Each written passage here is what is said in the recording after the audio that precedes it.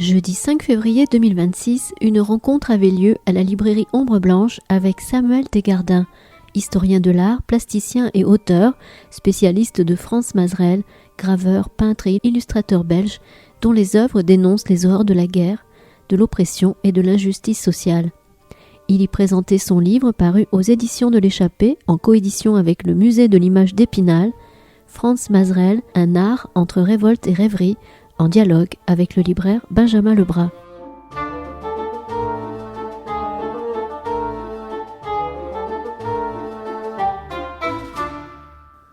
Alors bonsoir à toutes et à tous, merci d'être présentes et présents ce soir à la rencontre de notre invité Samuel Desgardins, que nous sommes très heureux d'accueillir. Samuel Desgardins, merci à vous d'avoir accepté l'invitation de la librairie. Je remercie également les éditions de l'Échappée qui ont permis l'organisation de cette rencontre et qui publie donc le livre dont nous allons parler ce soir, un livre qui est édité en partenariat avec le musée de l'image à Épinal. Le livre donc s'appelle Frans Mazerel, un art entre révolte et rêverie, et c'est donc édité en partenariat avec ce musée de l'image à Épinal dans le cadre d'une exposition qui va se tenir à partir du 14 février. La semaine prochaine. Oui. Et donc ce livre tient lieu, oui, de catalogue de l'exposition. Enfin, on pourra peut-être en reparler. Et donc nul n'est peut-être mieux placé que vous, Samuel Desgardins, pour parler de Frans Mazerel. Vous êtes l'unique auteur l'auteur de l'unique thèse, il me semble, en histoire de l'art consacrée à Frans Mazerel. Je suis un spécialiste, je ne suis pas le spécialiste, mais c'est vrai que j'ai beaucoup travaillé sur cet artiste, en effet. Et donc la thèse qui a été publiée par les éditions de l'Échappée il y a quelques années sous le titre Histoire sans parole. Et vous avez également réédité un certain nombre des œuvres de Frans Mazerel, les œuvres pour lesquelles il est peut-être le plus connu, même si c'est un artiste protéiforme, on aura l'occasion d'y revenir, mais les œuvres qui sont peut-être les plus connues de lui sont ses romans sans parole, et vous en avez réédité 6, je crois, sur la quinzaine de romans, oui. Aux éditions Martin de Halleux. Et donc voilà, donc je le disais, c'est un artiste protéiforme. On va évoquer les différentes facettes de son talent, et le catalogue d'ailleurs est construit selon les différentes techniques, oui, qu'il a explorées tout au long de ça et qu'il a pratiquées tout au long de sa carrière. Dans donc le dessin, la peinture, bien sûr la gravure sur bois principalement, mais il a aussi travaillé donc dans l'édition, dans la presse, au théâtre, au cinéma, enfin voilà, on pourra en parler. Et donc avant d'entrer dans le détail peut-être de l'œuvre et du catalogue en lui-même, est-ce que vous pouvez nous rappeler quelques éléments biographiques de la vie de Frans Mazerel? C'est possible. Donc Mazerel est belge, il est né à la fin du XIXe siècle à Blankenberg, qui est une station balnéaire pas très loin de Gand.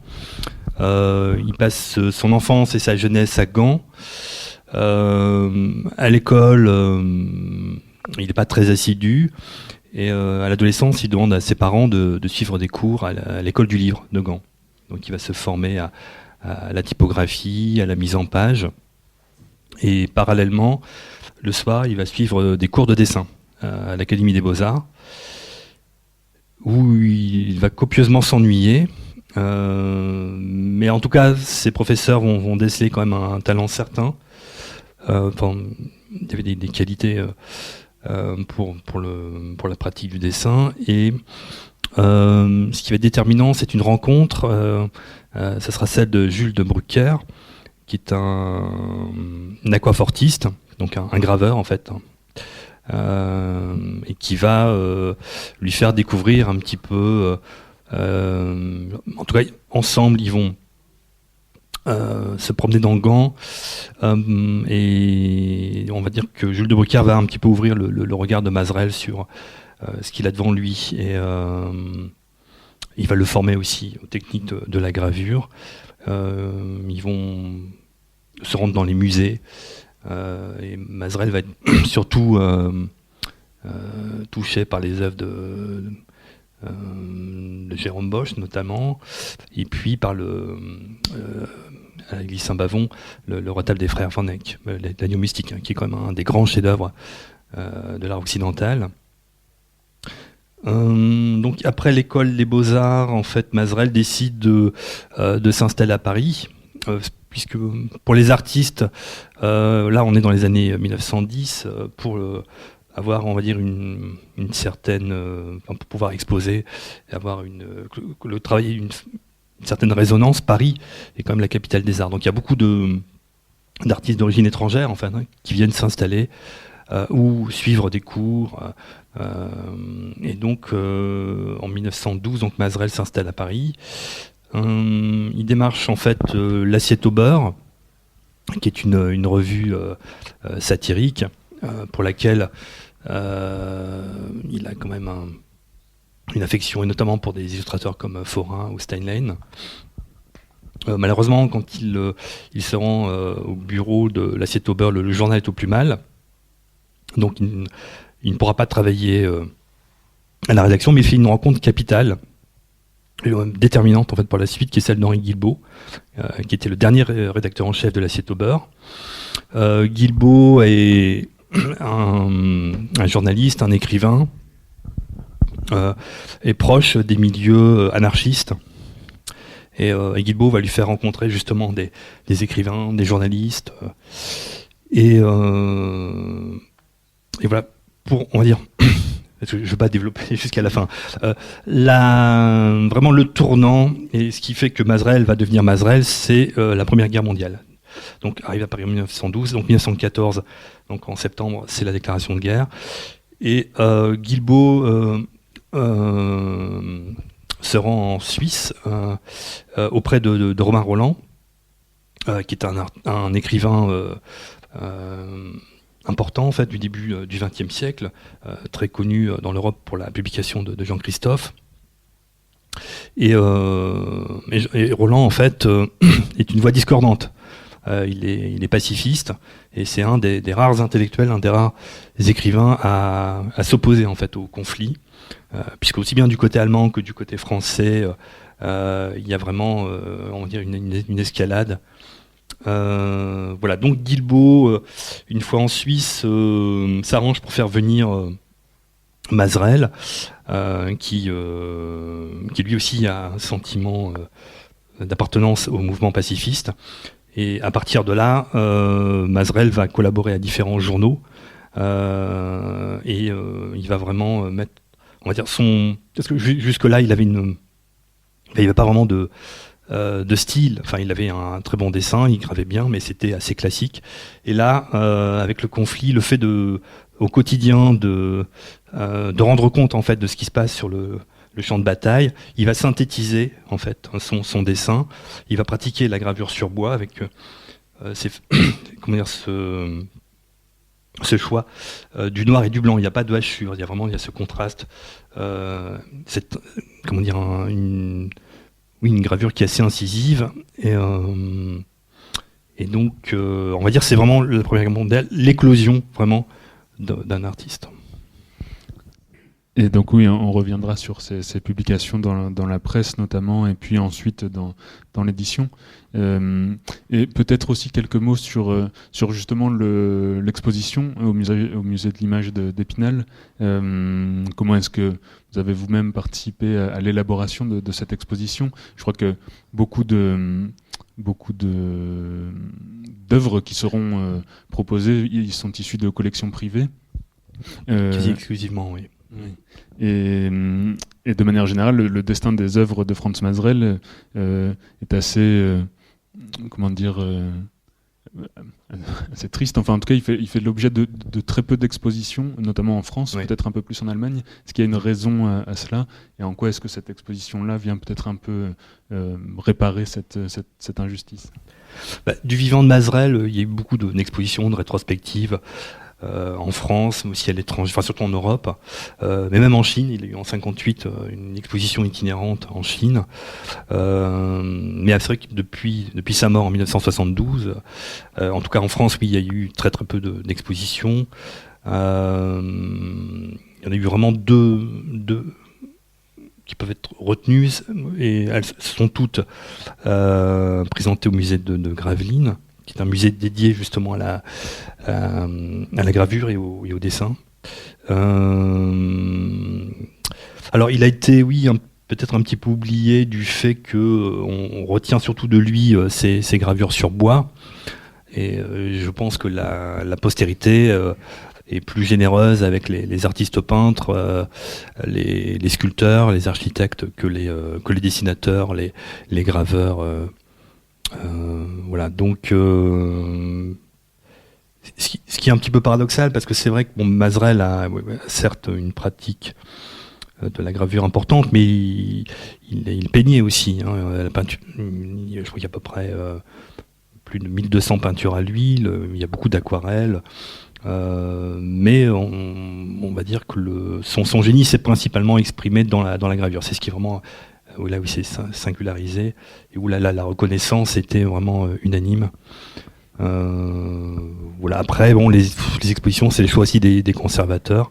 Donc là, pour Épinal, donc c'est moi qui ai démarché en fait le musée, et j'ai voulu vraiment montrer Mazerel sous toutes ses faces, en fait, pas seulement celle comment dire, pour laquelle il est passé à la postérité, donc la gravure sur bois, mais je voulais aussi montrer un petit peu tous les domaines, et puis son rapport aussi à l'imprimé, à l'édition, à ses engagements.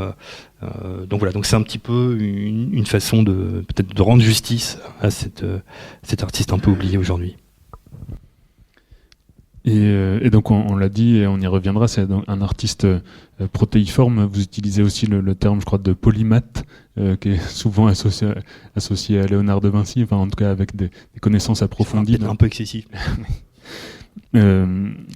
Et donc voilà, ces différentes formes artistiques qu'il a pratiquées. Et comment est-ce qu'on peut justement expliquer cette variété de pratiques? Est-ce qu'il y a pour lui une manière de de sortir parfois un peu de sa zone de confort, ou bien, et puis question complémentaire, est-ce qu'il a lui-même laissé des textes théoriques ou auto-réflexifs sur sa pratique? Non, je vais tout de suite répondre sur la deuxième question. Non, le rapport de Mazerel à l'écrit est quand même assez timide, on va dire. Moi, j'ai eu accès à des correspondances, et je sais pas, quand Romain Roland lui écrit 3 pages, Mazerel écrit 10 lignes. Voilà, donc ça se tient souvent sur des petites cartes. Non, c'était pas quelqu'un qui pratiquait. Vraiment, oui, je sais qu'il y a des artistes qui tiennent des journaux, d'ateliers, etc. Non, pas du tout. Ensuite, oui, alors sur la diversité des pratiques, donc il y a 2 choses. La première, c'est que graver au quotidien est une activité quand même assez éprouvante pour les yeux et pour le poignet. Donc il a eu à plusieurs reprises des problèmes justement de vue et de motricité au niveau du poignet, et donc la peinture à l'huile notamment, c'était pour lui un peu aussi une forme de, entre guillemets, de détente, et il l'a pratiqué principalement l'été. En fait, en 1925, il achète une maison de pêcheurs à Équien, près de Boulogne, et il va y passer tous les étés jusqu'à la Seconde Guerre, en fait, où la maison sera malheureusement détruite pendant l'occupation. Et donc pendant 2 mois, tous les ans, il peignait au quotidien, surtout des paysages marins. Voilà. Ensuite, alors, le deuxième aspect, ce qu'il faut voir, c'est que tous les artistes de l'entre-deux-guerres étaient régulièrement sollicités dans d'autres disciplines, notamment celle des arts décoratifs, pour, mettons, dessiner des cartons de tapisserie ou des motifs pour des céramiques. Et ensuite, pour le théâtre ou le cinéma, pour le théâtre, dessiner des décors et des costumes. Donc vous avez tous les grands artistes du début 20e, prenez Léger, Picasso, Picabia, ont tous en fait eu des collaborations avec le théâtre ou les ballets russes ou suédois de Rolf de Marais, bref. Et le cinéma, pareil, le cinéma a besoin aussi de synopsis, et puis les artistes ont aussi une vision un univers qui peut intéresser les cinéastes. Et donc Mazerel, mais comme d'autres, comme Léger, ont été aussi donc abordées par des cinéastes de l'entre-deux-guerres. Et alors on va peut-être prendre un peu, non pas chronologiquement, parce que toutes ces pratiques, il les a pratiquées tout au long de sa vie. Il n'y a pas eu forcément une période gravure sur bois, puis une période peinture, ça a été tout le long. Non, oui, c'est un petit peu en alternance, et puis en fonction des commandes. Disons que c'est, on va dire que la gravure est quand même constante, du début jusqu'à la fin, le dessin aussi d'une certaine façon. Les peintures à l'huile, à partir des années 20 jusqu'à la fin. Pendant la Seconde Guerre mondiale, il avait des difficultés pour se procurer de la toile. Donc il pouvait peindre sur du carton, mais il a relativement peu peint quand même de peindre. C'était surtout des dessins, et même les gravures, parce que là c'était pour se procurer le bois aussi, c'était un peu compliqué. Et donc l'ouvrage commence avec sa pratique du dessin, qui sont les premières œuvres connues de lui. Et donc déjà sur le dessin, c'est un usage principalement de l'encre de Chine, du fusain un petit peu, du lavis d'encre. On a déjà un fort contraste entre le noir et le blanc. Alors je sais pas si c'est pas très voilà, le catalogue en question, qui a un très bel ouvrage, et qui est la fabrication elle-même et les reproductions sont de très grande qualité.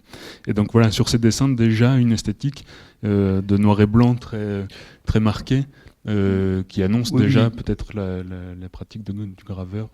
Oui, il y a vraiment une véritable correspondance.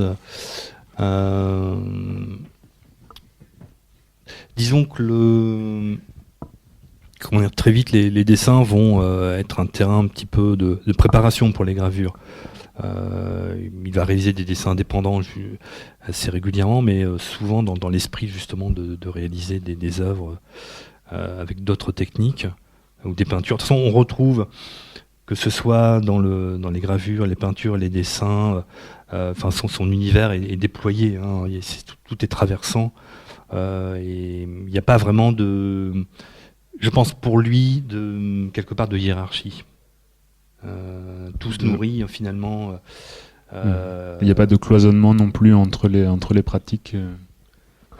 Non, et quand il commence à exposer dans les années 20 à la galerie Billet-Worms à Paris, donc il expose souvent des dessins, des gravures et des peintures. Enfin, il a déjà quand même donc très vite finalement, oui, c'est même si la gravure, l'avantage c'est que ça comme c'est un multiple, donc il y a une plus grande diffusion. Je sais pas, une estampe peut être tirée à 25, 50 exemplaires. Bon, un dessin est unique. Et après, il y a aussi tout ce travail d'illustration qui est publié dans la presse ou dans l'édition illustrée. Et donc c'est vraiment, le processus du multiple qui est quand même à l'œuvre. Et le dessin, je pense que comme la peinture, je pense qu'il y a un rapport peut-être plus libre, moins lié à la commande, parce que oui, beaucoup de gravures sur bois sont quand même liées à des commandes aussi, pour notamment illustrer des œuvres littéraires. Et donc, vous l'avez dit, il n'y a pas de hiérarchie entre les différentes pratiques, entre les différents supports. Et est-ce qu'on peut parler peut-être un petit peu de ces sujets ? Il a des sujets de prédilection qui sont peut-être, on peut dire déjà la ville, la présence de la ville qui est souvent assez oppressante, et puis aussi les rapports de domination du salariat. Des classes, il est sensibilisé dès l'adolescence à des écrits quand même qui prônent un petit peu un certain progressisme, et puis par rapport au concept de lutte des classes. Et comme je disais tout à l'heure, il était très vite en rapport quand même avec des penseurs anarchistes, des syndicalistes. Et il faut savoir aussi que le capitalisme a déjà quand même fait pas mal a broyé déjà beaucoup de générations. Donc il y a aussi le côté. C'est pour ça pour le titre, entre révolte et rêverie. Donc révolte, oui, parce que c'est un artiste qui dénonce en fait les travers de son temps, que ça soit la ville, c'est le fait que les individus sont de plus en plus isolés, coupés les uns des autres. Il y a un rapport aussi à la machine, à l'industrie, à l'uniformisation, et puis la fabrication aussi on parlait pendant la Première Guerre mondiale de bourrage de crâne dans la presse, etc. Mais d'une certaine façon, je pense que ça a continué même après la Première Guerre mondiale sur le plan du consumérisme, en fin de compte, la publicité. Et on retrouve aussi dans les œuvres de Mazerelle, c'est cette critique on ne parlait pas encore de société de consommation, mais déjà dans les années 20-30, on appelait ça la réclame à l'époque, et il y avait quand même déjà une omniprésence de cela. Et dans la ville, qui date de 1925, il y a une gravure, on voit justement, il détourne comme ça des publicités de manière très très ironique. Donc il y a un côté... Et puis c'était quelqu'un d'espiègle, il y a beaucoup d'humour, donc ça moi j'apprécie énormément. Et puis après la présence aussi de la femme, qui est quand même du début jusqu'à la fin, je crois que dans la gravure, le dessin précédent, est toujours, la femme est toujours l'objet de concupiscence. Enfin, disons que je pense que on peut pas dire que Mazerelle était féministe, mais je pense qu'en tout cas il avait pour la femme en tout cas une considération, et dans son œuvre je pense qu'on peut le vérifier à maintes reprises. Et peut-être déjà une analogie entre la domination subie par les femmes, une analogie avec la domination subie par les travailleurs ou par les soldats, enfin la chair à canon. Oui, je pense tout ça a été... Mais en tout cas, déjà à l'époque, il y avait aussi des écrits, des penseurs, dans son cercle,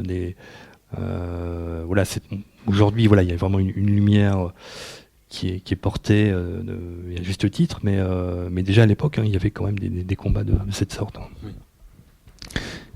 Et donc effectivement, vous dites un art engagé, ou en tout cas un art qui dénonce un certain nombre de choses. Est-ce que lui-même, en tant qu'individu, il a adhéré, je sais pas, alors peut-être pas au Parti communiste parce qu'il était plutôt anarchiste, mais par exemple dans ses journaux pas des journaux de voyage, mais dans les croquis, qui fait un voyage, je crois, en 35-36 en URSS, puis au milieu des années 50 en Chine.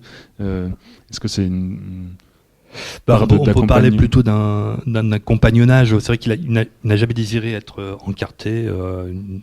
Il voulait vraiment rester, ne pas être enfermé, lié. Mais c'est vrai que dans ses relations, on sent qu'il est quand même... c'était quelqu'un proche, des communistes, on peut le dire. Avec des fois même je dirais après la Seconde Guerre mondiale, une forme même d'aveuglement. C'est vrai que dans les entretiens avec son galériste Pierre Worms, surtout ce qui se passe derrière le rideau de fer, au nom de son combat contre le capitalisme, il a tendance un petit peu à se voiler la face. Mais comme beaucoup d'artistes, d'intellectuels de cette époque, il n'est pas le seul. Mais en tout cas, il a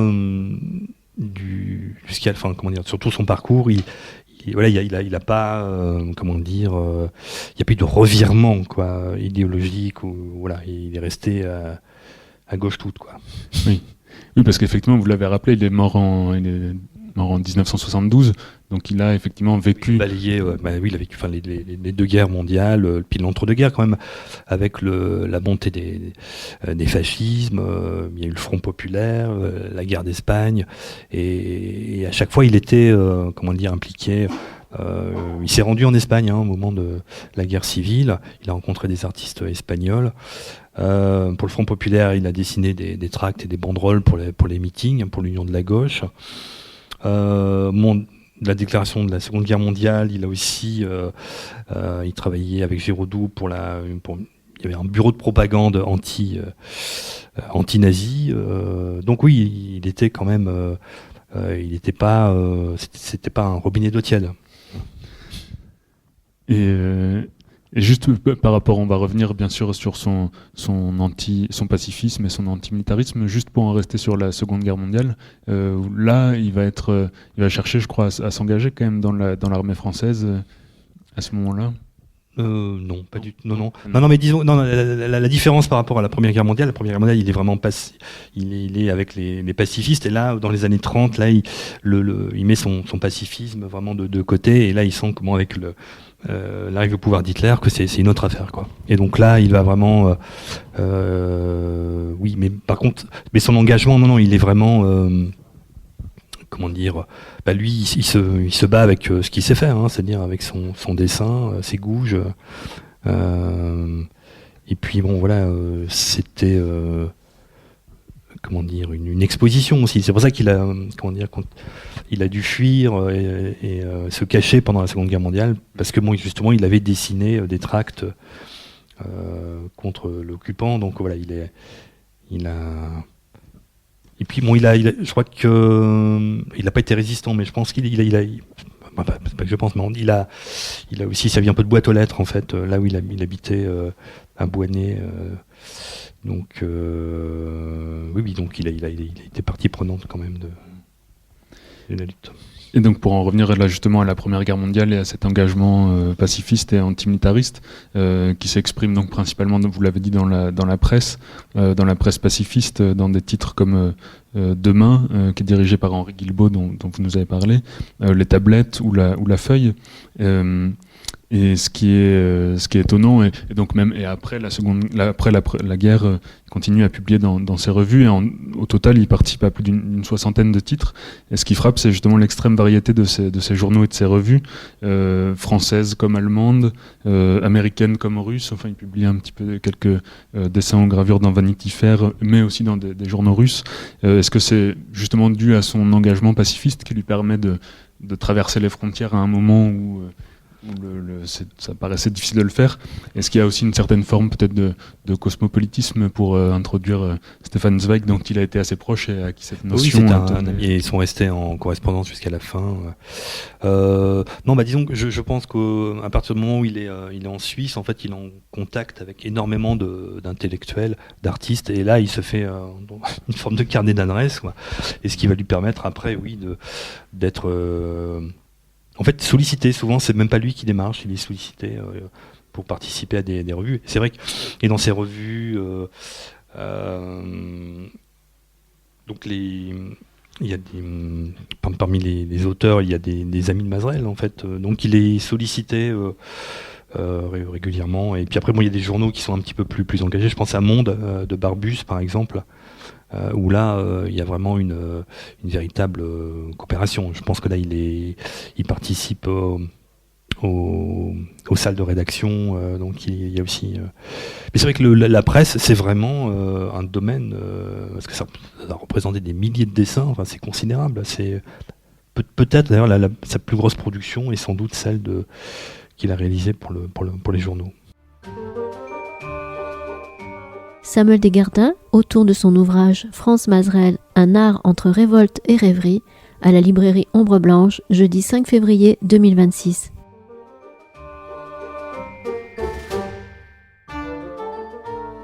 Et qu'est-ce que ça lui apporte justement, peut-être techniquement ou matériellement, cette pratique du dessin de presse, du dessin ou de la gravure pour la presse, qui est peut-être une pratique un peu plus contrainte, ne serait-ce que par la périodicité ou ce genre de choses? Est-ce qu'il y a en fait, c'est ce que j'ai expliqué tout à l'heure, c'est-à-dire que quand il commence, par exemple pour la feuille, il doit réaliser un dessin tous les jours, donc le soir il a connaissance des dépêches de presse, et il a 2 heures pour faire une illustration, donc souvent il réalise avec la technique de la zincographie, c'est-à-dire qu'il peint sur une plaque de zinc, après, dans un banacite, il y a une technique qui permet de reporter son illustration. Et donc là, il va vraiment synthétiser. C'est vrai que la presse, le fait qu'il doit réaliser en très peu de temps une illustration, va le pousser à retirer, à épurer en fait, et son style en fait, si caractéristique, naît justement de son travail avec la presse. Et peut-être qu'on en parlera aussi après, mais pour les histoires sans parole, je pense que le 25 images de la Passion d'un homme naît justement du fait que tous les jours, pour la feuille, il réalise une illustration, et c'est quasiment comme un feuilleton, en fait, qui est celui de la première Première Guerre mondiale, qui est presque un récit au jour le jour. Donc quand il invente en fait les romans en images sans parole, je pense que c'est, pour moi, l'origine vient justement de ce travail quotidien avec les journaux. Et donc il y a la presse, et à peu près au même moment, pendant la guerre et puis un petit peu après la guerre, dans les années 20, il y a l'édition. Vous l'avez dit, c'est un homme qui est en tout cas très lié au livre, enfin à l'objet livre ou à l'objet imprimé, parce que pour ce qui est de la presse.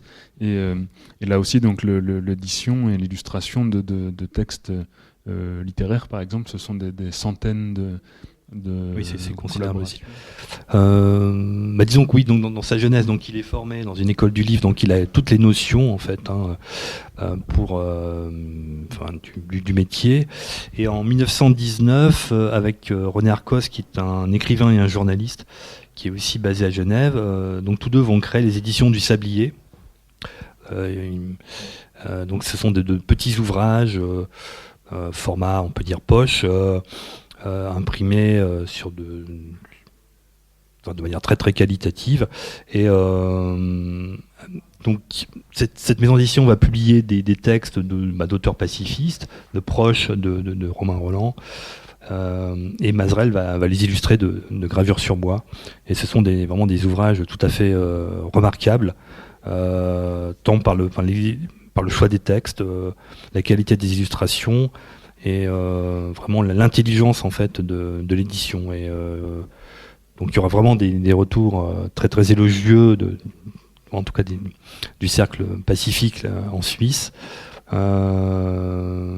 Malheureusement la maison d'édition va rapidement mettre la clé sous la porte faute de moyens, même quand Mazerelle va revenir en France, donc en 1921, après oui, il va régulièrement collaborer avec des maisons d'édition pour illustrer des ouvrages, parce que l'entre-deux-guerres est vraiment un âge d'or pour le livre illustré. Donc il aura des commandes, et c'est ce qui va essentiellement lui faire gagner son pain. On va dire. Et donc parmi les œuvres qu'il a illustrées, vous faites une petite liste qui n'est pas exhaustive, mais effectivement il y a ses camarades du combat pacifiste et antimilitariste, mais il y a aussi des grands classiques, Eschyle, Erasme, François Villon, Victor Hugo, et puis des classiques du 19e siècle, Wilde, Tolstoï, Whitman par exemple, et puis aussi des écrivains en devenir, Blaise Cendrars, là il y a eu les Pâques à New York qui ont été réédités récemment, Ernest Hemingway, Federico Garcia Lorca. Comment est-ce qu'il justement il choisit au-delà de la commande? Est-ce qu'il a quel lecteur lui il est? Est-ce qu'il illustre aussi par goût pour ses textes ou... Ça j'ai pas trop d'informations. Je pense les amis, Zweig, Roland, c'était donc les auteurs de l'abbaye de Créteil autour de donc là c'est par je pense amitié, et aussi par intérêt pour en tout cas pour leur texte.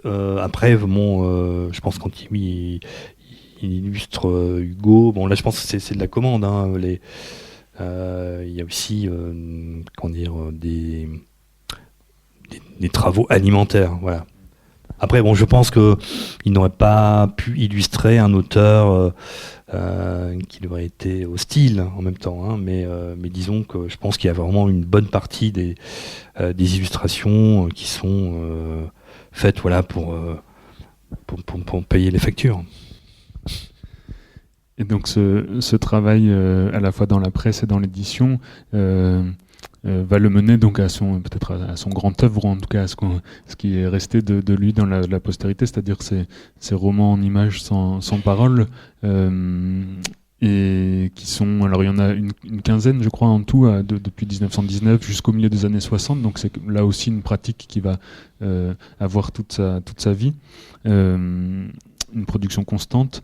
Est-ce qu'il y a justement des évolutions techniques ou thématiques ou de mise en forme entre les premiers et les derniers romans sans parole? Oui, surtout les premiers, chaque titre est vraiment, il y a tout en termes de composition, de thématique, donc on sent qu'il y a vraiment chaque livre est bien marqué, et après La Ville, voilà, on va dire que ce sont des ouvrages qui ont tendance un peu à se ressembler, et où je pense à Du Noir au Blanc, qui est finalement une forme de synthèse de tout ce qu'il a pu faire auparavant, et les ouvrages réalisés après la Seconde Guerre mondiale, voilà, on va dire, sont un peu moins intéressants. On sent qu'il y a après, c'est vrai que il y a quand même, enfin c'est au cas par cas, quoi. C'est comme pour ces gravures, hein. C'est vrai que pour moi il y a vraiment deux époques, celle avant la Seconde Guerre mondiale où quasiment tout est très très bon, et après voilà, c'est un petit peu plus, il a tendance à il veut aussi se renouveler, il veut être un petit peu aussi peut-être un peu dans le fond, je ne sais pas. Mais je trouvais que les débuts étaient beaucoup plus quelque chose de plus radical, et pas seulement dans les thèmes sont radicaux jusqu'à la fin, mais dans la forme il y avait quelque chose de beaucoup plus sans concession, noir blanc, avec une sorte de même des fois de quelque chose d'anguleux, quelque chose de, et après voilà, on sent que oui, il y a un peu plus d'arrondi, il y a quelque chose de plus moelleux, et moi j'apprécie moins, en tout cas personnellement. Oui, donc parce que vous avez participé à la réédition de 6, je crois, de ces romans en images sans parole, romans sans parole aux éditions Martin de Halleux, il y a quelques années. La suite ne viendra pas, a priori. Non, en tout cas, les premiers titres ont à peu près bien marché, et puis les derniers beaucoup moins. Donc voilà, ça. Et puis moi, l'éditeur n'a pas tenu à prolonger. Moi, ce que j'avais proposé, c'était plutôt que les publier de manière individuelle, de les réunir en mettant un coffret en 2 volumes et d'avoir la totalité en fait. Parce que 15 récits, parce que certains sont quand même. Il y a mon livre d'heures qui fait 167 bois, mais il y a certains romans qui font une trentaine de bois, donc on pouvait en 2 volumes, c'était possible. Mais voilà, en tout cas, ça ne s'est pas présenté. Mais j'espère qu'un jour, oui, il y aura une édition. Sur Linward, l'artiste américain, il y a eu un coffret justement fait par Toussaint Louverture, où en 3 volumes, vous avez les 6 réalisations de Linward, et avec un texte de présentation. Il y a Spiegelman qui a fait la préface, et on a quelque chose de complet, et je trouve que c'est sans doute la meilleure, en tout cas, la plus chose à faire, je pense.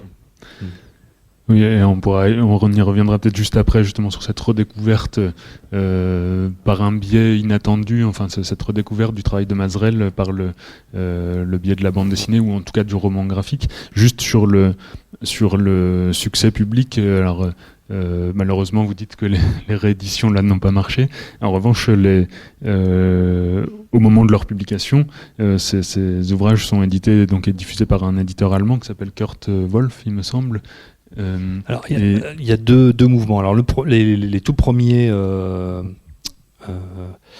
récits en gravure sont publiés de manière assez confidentielle. C'est 200-300 exemplaires, donc c'est vraiment plutôt on peut carrément parler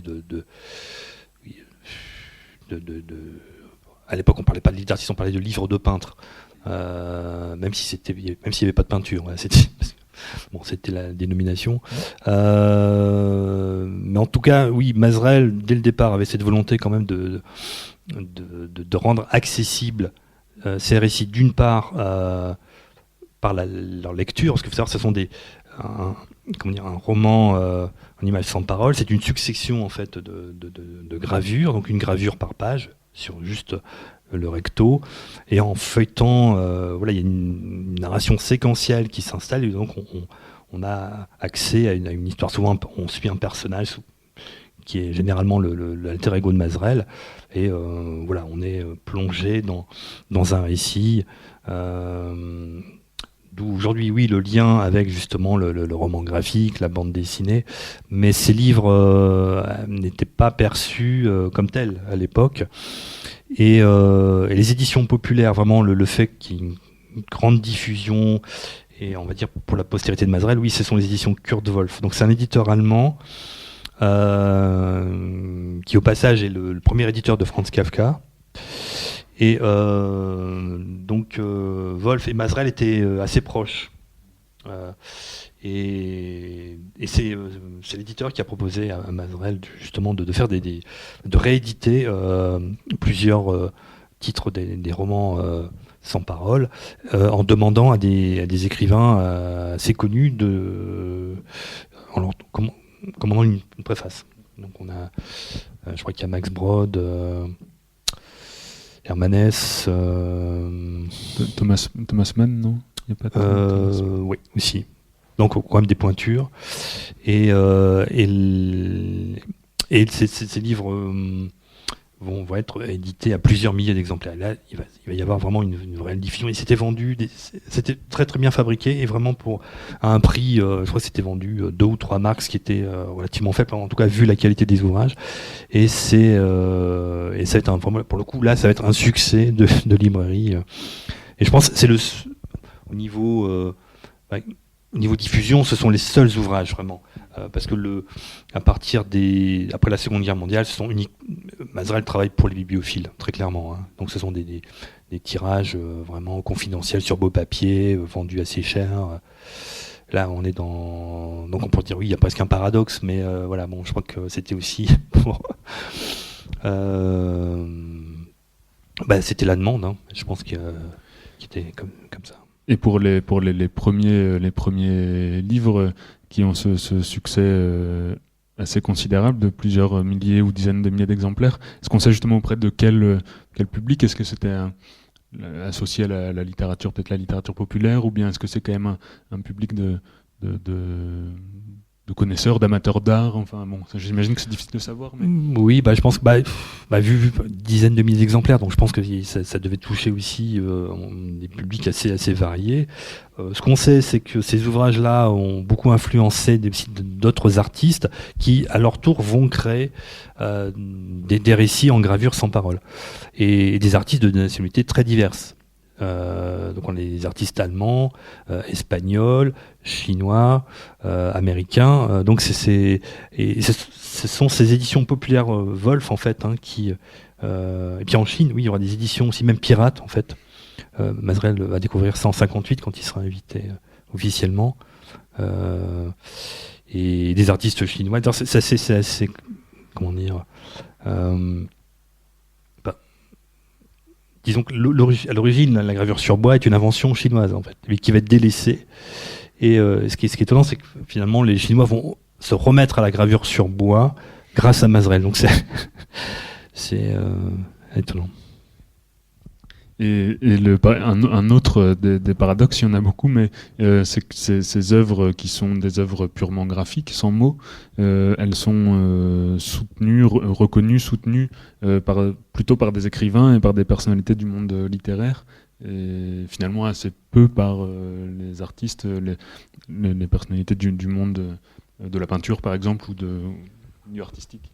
Oui, je pense que c'est lié aussi à ses fréquentations. C'est vrai que Mazerel était plutôt proche d'écrivains, de gens de théâtre, d'intellectuels, de journalistes, que vraiment d'artistes peintres, hein, au sens où on l'entend. Il avait des amitiés aussi chez les peintres, hein, mais je ne veux pas généraliser, mais disons que... Et comme son travail était quand même... souvent en lien avec justement l'édition...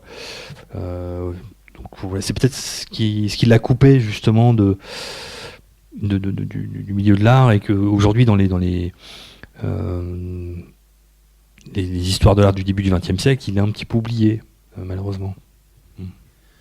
Et donc malgré tout, il peint, on vous l'avait dit, plus d'un millier de toiles d'huile, d'aquarelle. Je sais pas, peut-être, oui, après, mais on peut le voir aussi dans le catalogue, mais et donc ce qui marque à la vision de ces peintures, c'est bien sûr la présence de la couleur, mais avec un usage quand même assez particulier de la couleur, enfin de contraste. Il y a dans l'œuvre en couleur, il y a vraiment deux domaines. Il y a les aquarelles. Ici on en a une de 1924. Les aquarelles, elles sont principalement réalisées dans les années 20. Ce sont des vues de Paris la nuit.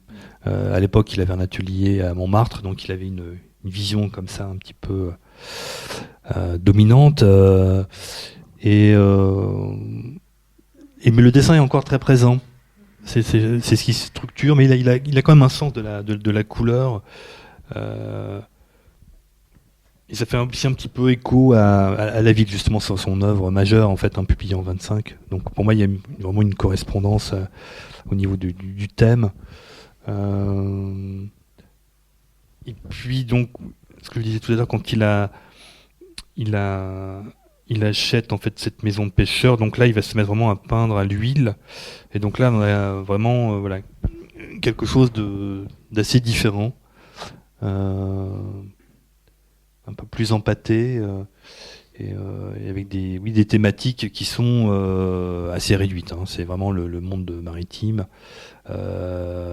Et après la Seconde Guerre mondiale, c'est beaucoup de nus, un peu rubanesque. Oui, là, c'est une partie que vous évacuez un petit peu. Oui, donc, comme j'avais la possibilité de faire un choix, oui, j'ai voulu montrer quand même dans sa production ce que je considérais comme plus qualitatif, parce que comme il a énormément produit, je trouve.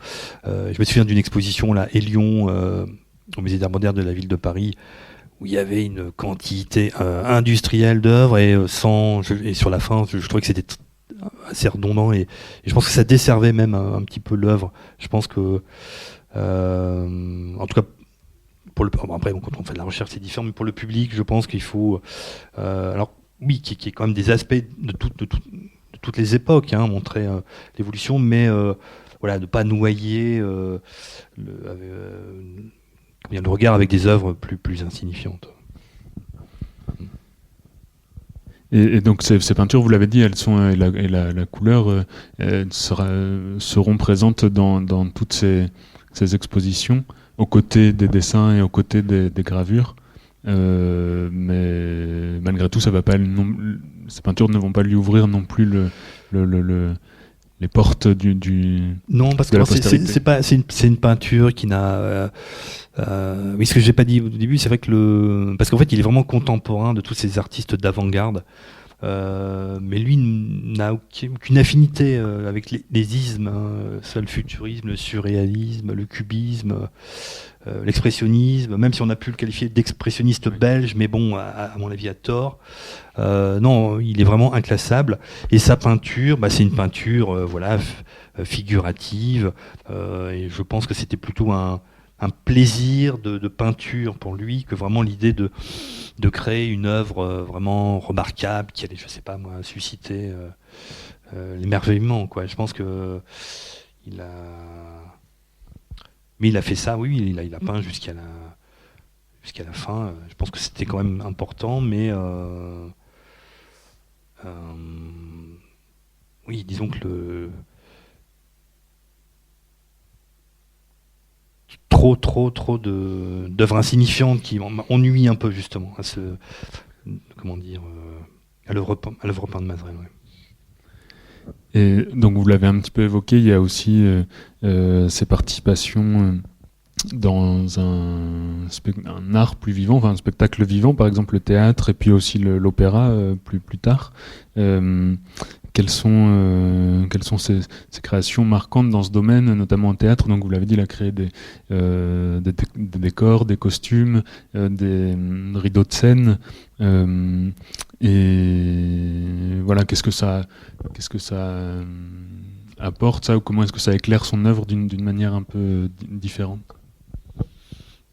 Je pense que pour le coup c'est quand même plus périphérique, mais c'est vrai, par exemple pour Lully, il crée des silhouettes qui renvoient justement un petit peu au théâtre du Chat Noir, ce que Carandache avait réalisé justement en tôle découpée, qu'on peut toujours voir d'ailleurs au musée de Montmartre. Mais non, rien de révolutionnaire. Après, oui, ce sont des rencontres, des collaborations, il est sollicité, il y répond. Je voulais montrer tous ces aspects, parce que tous les artistes de cette période ont un peu le même cheminement d'une certaine façon. Avec les arts décoratifs, avec la presse, le livre illustré, même s'il y a toujours bien sûr un aspect de l'œuvre pour tout le monde, voilà, Picasso restera un peintre, alors que voilà, il est aussi un immense graveur, un très grand dessinateur. Mais voilà, donc et Mazerel, voilà, ça sera, je pense, jusqu'à la fin, un très grand graveur. Voilà, moi je voulais juste un petit peu infléchir et puis montrer, voilà, que, je pense quand on est dans la création, on investit toujours plein de champs différents. Et je trouve si on veut connaître un artiste, c'est bien d'appréhender aussi toutes ces facettes. De la même manière, il y a des expériences au cinéma, alors souvent des projets contrariés, avortés, mais bon, donc des collaborations avec Dreyer, avec Abel Gans. Et vous notez aussi qu'il apparaît, alors parfois pour des projets derrière la caméra, mais aussi devant la caméra, à l'image. Et vous citez une dizaine de films ou de documentaires dans lesquels il apparaît, jusqu'au film en 1969, donc quelques années avant sa mort, de Franz Buyen. Et voilà, pourquoi est-ce qu'il a tenu comme ça à apparaître à l'image ? Alors, je vous avoue que c'est des films que j'ai pas vus parce qu'ils sont pas forcément accessibles, ou en tout cas. Mais est-ce qu'il y a, vous disiez par rapport à la réflexion sur son art, il a pas du tout écrit, il a pas du tout laissé de traces. Est-ce que cette apparition dans des documentaires, est-ce que c'est une manière justement de s'exprimer autrement ? Je pense que c'est pas ça vient de sollicitation, hein. Je pense que en fait c'est un artiste très très très pudique, très réservé. Voilà, donc je pense qu'il n'aimait pas vraiment la publicité d'une certaine façon. Donc en tout cas, oui, quand il apparaît devant l'écran, voilà, ce sont des documentaires. Donc il est filmé dans son atelier. Alors c'est bien parce qu'on le voit justement. Il y a toujours une forme d'émotion, quoi. Voir combien l'artiste, d'une certaine façon, en vie par le biais de l'image animée. Mais sinon, oui, quand même, pour le cinéma, Idée qui réalise avec Bartosz est quand même une étape importante, là, pour le coup, dans l'histoire du cinéma d'animation. Parce que c'est le premier film d'animation pour adultes. Et jusque-là, en fait, le film d'animation existait, mais c'était plutôt destiné à un public d'enfants. Idée est quand même un film d'animation politique, on peut le dire, et avec des innovations techniques. Donc, c'était réalisé par Bertolt Bartosz, et il était réalisé à Paris. Et en fait, Mazerel a conçu les personnages, les décors, et il a aussi en partie financé le film. Et donc, oui, Idée, c'est donc tiré d'un de ces romans sans parole. Et effectivement, oui, avec une technique assez particulière, vous la décrivez très rapidement, mais de superposition de 3 images dont l'une est savonnée pour... voilà, c'est avec la lumière, donc on a des effets un petit peu irisés. Donc oui, il y a des... Alors c'est... Comment dire, des trucages vraiment, on dirait aujourd'hui un peu à la Méliès, hein, il n'y a pas d'ordinateur, là, donc tout est fait. Mais il y a une vraie poésie, et je trouve et le film a été restauré là récemment, et c'est vrai parce que les copies qui circulaient étaient vraiment une sorte rendaient pas justice en fait au travail de Bartosz. Et la restauration montre, on voit mieux d'ailleurs même les personnages, parce que pour le mouvement, ce sont des charnières en fait, hein, et donc on voit vraiment les charnières à l'écran qu'on voyait pas avant. Donc, on voit le côté un petit peu bricolé, mais moi je trouve que ça s'apporte beaucoup aussi. Parce que moi le cinéma d'animation actuel pour moi est vraiment trop, comment dire, la technique des fois prend un peu le pas justement sur la forme sur le fond. Et, alors j'ai d'autres questions, mais peut-être parmi vous, il y en a qui en ont aussi, qui voudraient peut-être intervenir sur des choses qu'on n'aurait pas évoquées. C'est vrai que le catalogue est très riche, l'œuvre est très riche, donc on a un petit peu survolé, mais si jamais vous avez des questions peut-être plus précises, n'hésitez pas. Vous avez évoqué l'expressionnisme, et il me semble avoir lu qu'il était proche aussi, ou avait eu des relations avec Georges Grosz, peintre expressionniste allemand donc, et il m'a semblé, du coup j'avais regardé quelques œuvres, il m'avait semblé des fois qu'il y avait une certaine proximité, quoi. Oui, ils étaient amis. Et Mazerel a organisé... En fait, la première exposition de Georges Grosz en France, c'est faite grâce à Mazerel, en fait. Elle a eu lieu à la galerie Billet-Vamps. Je crois que c'était en 24, si je ne m'abuse. Oui, il y a une proximité. Et surtout dans les illustrations de Grosz et dans le dessin de Mazerel, il y a une vraie proximité. Et puis pour l'anecdote, il partait aussi en vacances, cette fameuse maison d'Équien. Donc on a des photos sur la plage où on voit Georges Grosz et sa femme avec Mazerel. Donc oui, ils étaient. Bon, après quand Grosz part aux États-Unis, voilà, il y a une vraie coupure, mais sinon oui, ils sont restés vraiment très très amis. Il y a ce catalogue pour explorer une bonne partie de la production de Mazerel et puis les différentes rééditions des romans sans parole et puis votre livre à l'échappée sur ces histoires sans parole. Et merci beaucoup. Merci à vous en tout cas d'être venu. L'ouvrage de Samuel Desgardins, France Mazerel, un art entre révolte et rêverie, est publié aux éditions de l'Échappée, coédité avec le musée de l'image d'Épinal. Samuel Desgardins est aussi l'auteur récemment de Histoire sans parole, les romans en gravure de France Mazerel, chez ce même éditeur. La rencontre que vous avez écoutée a été enregistrée à la librairie Ombre Blanche, jeudi 5 février 2026, et réalisée et mise en onde par Radio Radio, en partenariat avec Radio Radio Plus et Radio Terre.